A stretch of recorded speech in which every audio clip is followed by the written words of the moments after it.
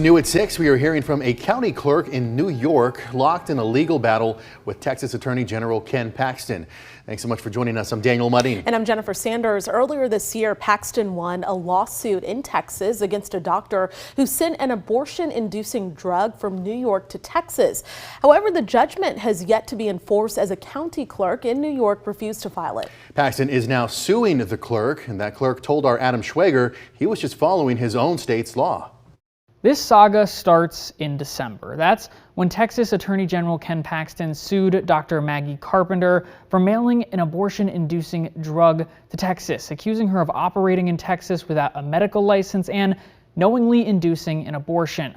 Dr. Carpenter declined to respond to Paxton's allegations, so in February, a Collin County judge agreed with Paxton and said Carpenter owed over $100,000. It put me in a position to you could argue break the law either way. When Paxton asked Carpenter's home of Ulster County, New York to force her to pay, the acting clerk, Taylor Brooks, said he had to follow his own state law. It's fairly plain. It says no government employee shall comply with an out-of-state proceeding, civil or criminal, related to healthcare services rendered that are legal in New York State. It's called a shield law, and it's on the books in over a dozen states after Roe v. Wade was overturned in 2022.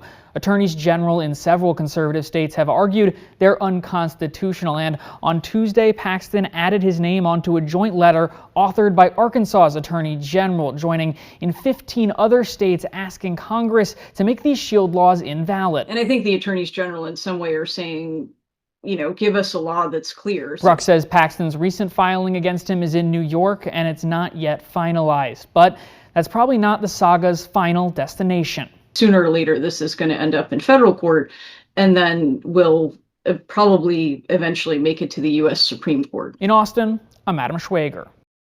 All right, Adam, thank you so much. On Monday, New York Governor Kathy Hochul posted her support for Brooks' actions on social media. We reached out to both Dr. Carpenter and Attorney General Paxton for the story. Neither responded in time for the report.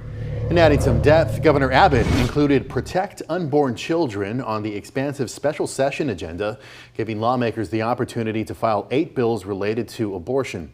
3 pieces of legislation, House Bills 37, 65, and 66, allow parents of an aborted fetus to take civil action against the provider of an abortion pill.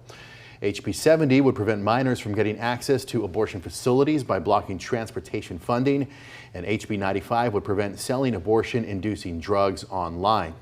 To see other bills that were filed, just go to KXAN.com. You're going to want to search abortion pill judgment. More than 130 people signed